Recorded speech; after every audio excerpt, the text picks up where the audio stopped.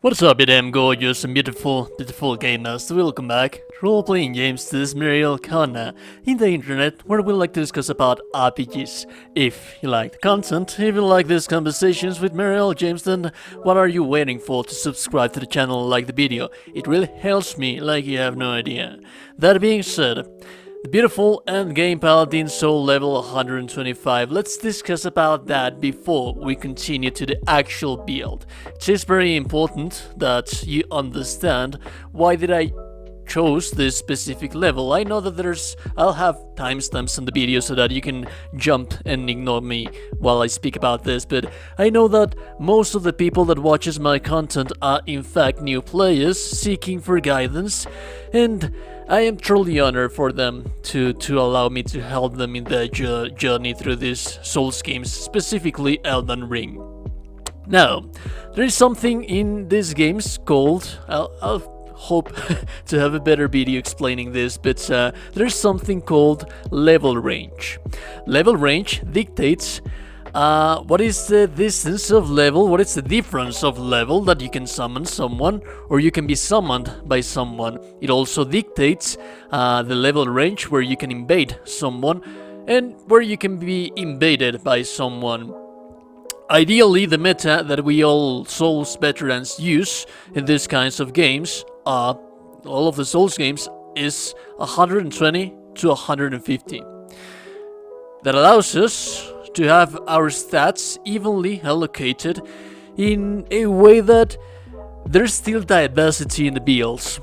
Because if you're interested in PvP, then if you just keep leveling and leveling and leveling, beside the fact that it's going to be quite harder to level up, reach this point, it's also going to be harder for you to find different builds to fight against.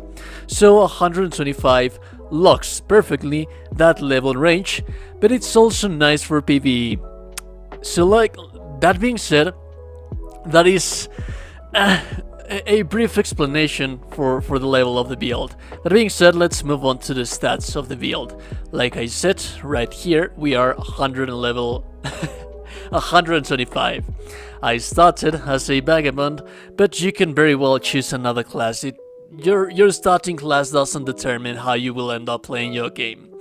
That being said, once you get into the end game, once you get into PvP, you will need quite a lot more of vigor. That is why we have 40 in this place. Mind 26, we need to be casting as much as possible. We have a little extra point in there, thanks to our helmet that we have. I'll show that later in the equipment section. Endurance.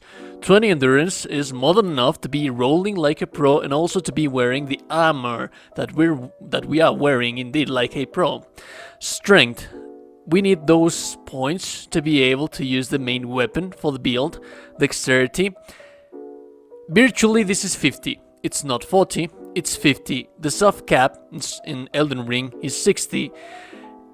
50, it's quite a lot of a hard cap, but it's ideally the most damage that you're going to get out of your stats. So we have 40 on Dexterity. Going even beyond that, like you could go to 60 if you wanted to, but if you decide to do so, try not to go beyond 60. Beyond 60, it's what we Souls veterans call soft cap, and you're not going to get any benefits from going in that place. Now Dexterity is going to increase our main damage, as you can see right here. 198, that is going to be what Dexterity going to be making for us. It's not that bad, but it's not huge either. We'll talk about that later. Faith. Faith is going to be directly, well, I should better say that our miracles that we have right here are going to be directly change via our Dexterity. Dexterity is going to impact our miracles. Dexterity increases casting speed. It's hugely important to cast faster, especially if you're planning on making PvP. The state of PvP right now, it's shitty, I'm not gonna lie. Let's hope that we as a community establish a fight club ASAP. We can talk about later what is a fight club, but remember that no one speaks about the fight club, alright? Fate, 50.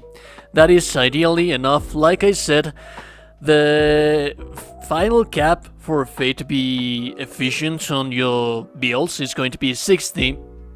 So 10 points less, 10 points more, I mean that it's not that bad. If you so decide to, like I said, the PvP range tends to be 150, 120 to 150.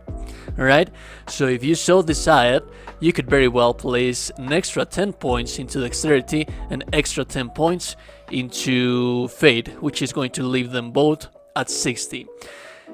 I'll talk about why do we have 60 on Dexterity if we do that later on the video. But essentially those are your main stats. That being said, let's move over to the most tedious part of the video, the equipment. This specific piece of armament, it's one of the legendary armaments that we have in Elden Ring. I am not going to be showing you guys the location for these things because I believe that people that watches my content are still afraid of spoilers. Something happened in my world that changed it, so I'm not going to be showing it to you, but that's the name, Bolt of Grandsax. It's fairly easy to acquire. Very easy to acquire, I should better say, and there should be plenty of videos out there on YouTube that show you specifically how to get this specific piece of gear. We use Finger Seal because we use mainly our Dragon Seal incantations. You will notice that this is an excellent, we're not using, for example, Godslayer Seal, because we're not using Godslayer incantations for this build, nor Bestial incantations for this build. We are using just normal incantations for the build, and you will notice that we have a very beautiful S scaling on Fate, which sets our incantation scaling spell buff to 250. Which is more than enough to be able to deal as much damage as possible. This is a starting gear for Cleric, but this could also be bought fairly early in game from vendors. Moving on, we have the Banished Knight Shield. I use specifically this one because it has nice guard. You can get this from Stormvale Castle from the big knights. Right here, the big knights that are using, you can farm that shield from them. It's not that heavy, and it also has a nice guard boost, which is going to allow us to take more damage before we get staggered, before the enemy staggers us in stamina. Moving on to the armor, we have the Cuckoo Knight Armor, Cuckoo Knight Armor. The whole set, I should like to say. You can farm this very fairly early game, right here on Liurnia. If you go all the way up here, in this area right there, there's going to be like 6 knights, I believe, in this place, so it should be a very nice place to farm this armor. It shouldn't take you that long. Mainly, there is there is nothing specific why I have this piece of armor, but since we are paladins, I mean, look at that. Doesn't that look goddamn beautiful? Don't you look like a paladin right now? Don't you look like Lancelot or Gawain or someone like that from the Knights of the Round Table? It looks so goddamn beautiful. You are a paladin right now. Which leads us to the hood, the navy hood. I do not frankly remember specifically the place where I got this, but it should be either in this windmill or this windmill. In either of those, I am more inclined to believe that it's going to be in this windmill. But anyways, it should be in this area. It should be fairly easy to see. You won't actually struggle that much to find it on the Altus Plateau. Moving on, we have the talismans. For this one, it raises our faith, and you will find it right here on Liurnia, Purified Ruins. Next one, the Faithful Canvas Talisman.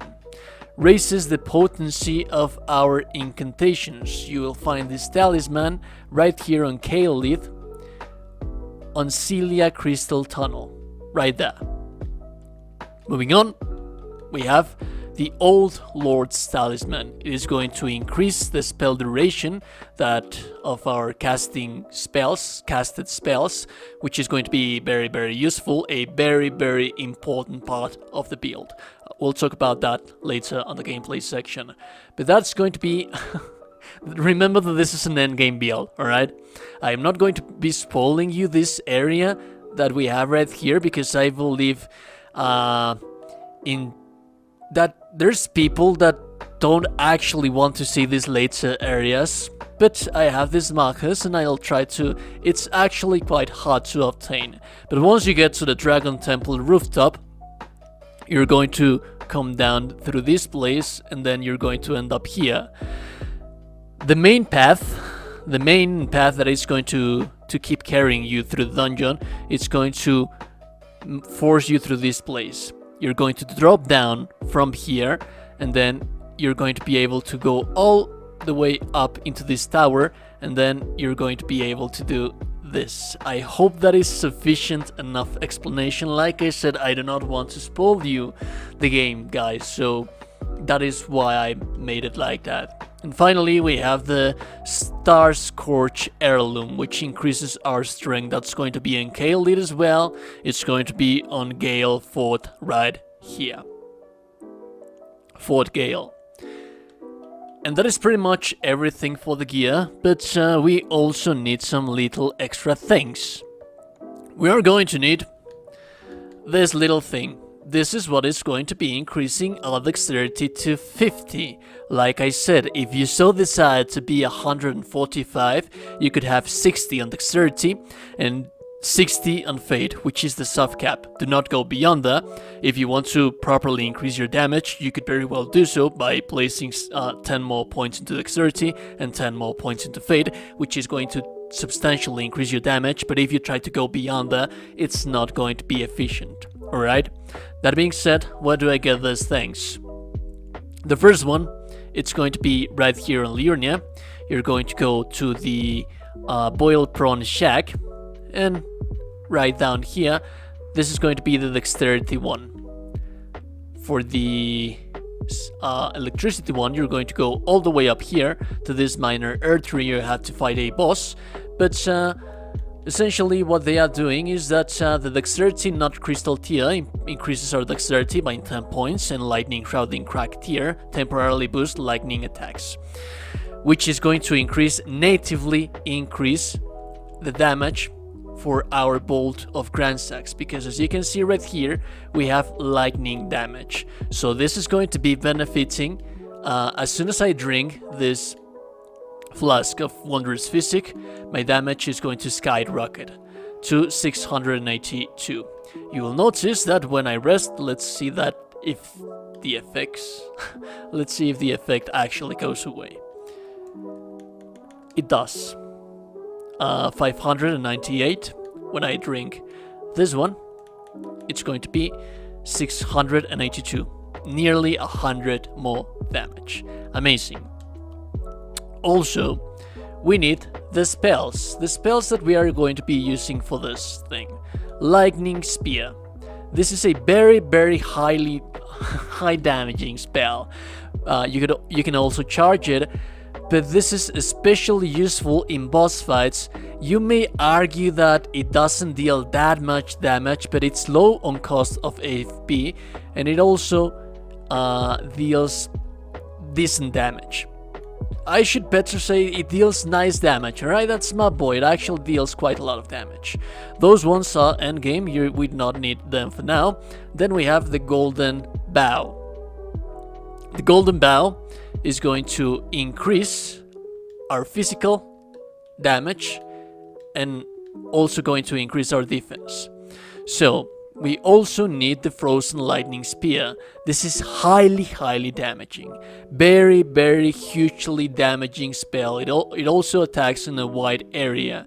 So, where do I get those things? You're going to get a prayer book for the Lightning Spear right here on Liurnia. A knight is going to be carrying it. For the physical bow, I don't remember the name, it's going to be up here on the corpse then shack. For the next one, you're going to have to fight a very strong boss. Maybe it's going to be here on... let me get my... here. It's going to be right here on the Dragon Skin Soldier of Noxtella. To enter this river, you have to go to Leonia, and all the way up here, this will be the entrance, right there. And that is pretty much everything that you need for the build. Now let us talk about how do we use it. Now this is a very versatile build, which it also deals tremendous amounts of damage. We buff our character like a maniac, and then we deal disgusting amounts of damage with our legendary armament. Our legendary armament on itself, it has this skill.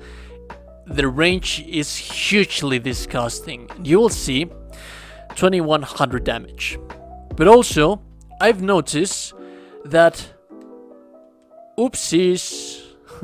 I've noticed that the unique skill, or the Ashes of War skills, increase their damage, not on scaling obvious stats, but on upgrade of the weapon, as well as attack damage of the weapon. So the more I increase the damage for my weapon, the more damage the Ash of War or the skill should add. So if I place this thing into myself and I try to find a little fella around here, a little victim, you will notice that now I deal 2700 damage. But we can also increase that damage even further beyond than that. Remember that we have Golden Bow, which increases our physical damage. And with Golden Bow, you will see that now we deal 3100 damage. So we increase our damage by 1k with buffs. And why is it so important that we use this talisman? The Old Lord's talisman, to keep our buffs active as much as possible. That way we are increasing our potential damage with this thing. But also we have some other several spells that we use with this build. We use Frozen Lightning Spear. This one is potential damage if you actually land the... It hits like 2 times, like the very first lightning that you say there, and then those ones explode. It should land 1500 damage to 2k damage as well. So very highly damaging. This one is specifically useful because it's fast casting, really damn fast casting. But you will see that this is an evolution of my overpowered build. This is very beginner friendly because this thing impedes our enemies from stagger us. It raises the god boost, skyrockets the god boost of the shield. And remember that with this build,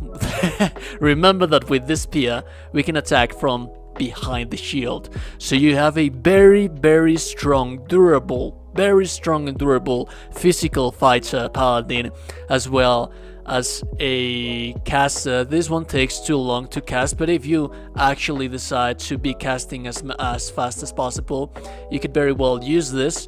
And then when you're being attacked by several enemies, you can just, trust me, cast this thing and they are going to be forgotten to oblivion. That being said, I hope that you guys enjoy the build. I hope that you find it useful. Remember that if no one has told you today that you're a gorgeous and beautiful gamer, you are indeed a gorgeous and beautiful gamer. Don't forget to subscribe and like the video before you close the door, and I'll be seeing you them gorgeous and beautiful people in the next one. Have a beautiful day. Bye bye.